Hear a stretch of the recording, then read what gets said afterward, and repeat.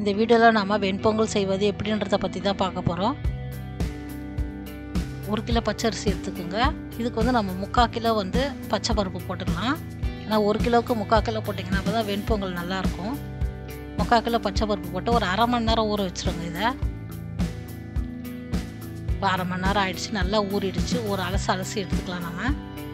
நான் வந்து இதை குக்கரில் தான் வேக வைக்க போகிறேன். ஏன்னா சீக்கிரமாக வெந்துடும். இதுக்கு வந்து நம்ம குக்கரில் வேக வச்சோமா 3 மடங்கு தண்ணி ஊற்றிக்கலாம். இதே நீங்கள் அகலமான பாத்திரத்தில் வேக வைக்கணும்னா 4 மடங்கு ஊற்றிக்குங்க தண்ணி. இப்போ நல்லா கலந்து விட்டுக்குங்க. இதுக்கு தேவையான அளவு உப்பு போட்டுக்குங்க. போட்டு நல்லா கலந்து விட்டுக்குங்க. இப்போ இந்த குக்கரில் 5 விசில் விட்டுக்கலாம். நம்ம இதில் 5 விசில் வந்துடுச்சு. நிறுத்திட்டு அப்படியே ஆறட்டும். ஆறின பிறகு திறந்து காட்டுறேன் பாருங்கள். திறந்தாச்சு. நல்லா கொலன்னு வெந்திருக்கு.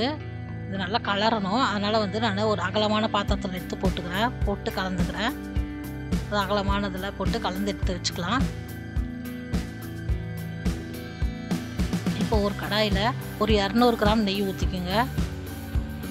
ஊற்றிட்டு ஒரு 100 கிராம் அளவுக்கு மிளகு போட்டுக்குங்க. 100 கிராம் சீரகம் போட்டுக்குங்க. அது ரெண்டும் நல்லா பொரிஞ்சு வரட்டும்.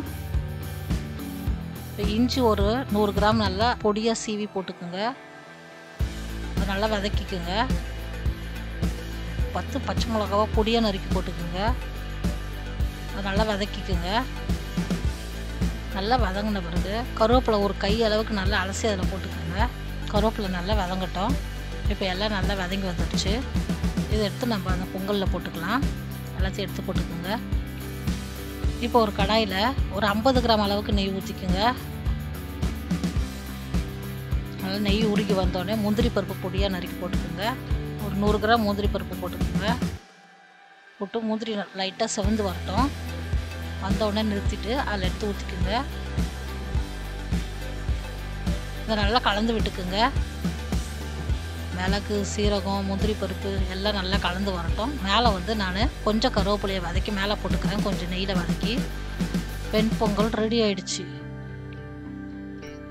இந்த வீடியோ பிடிச்சிருந்தா லைக் பண்ணுங்கள், ஷேர் பண்ணுங்கள், சப்ஸ்கிரைப் பண்ணுங்கள். மறக்காமல் பெல் ஐக்கானை கிளிக் பண்ணுங்கள்.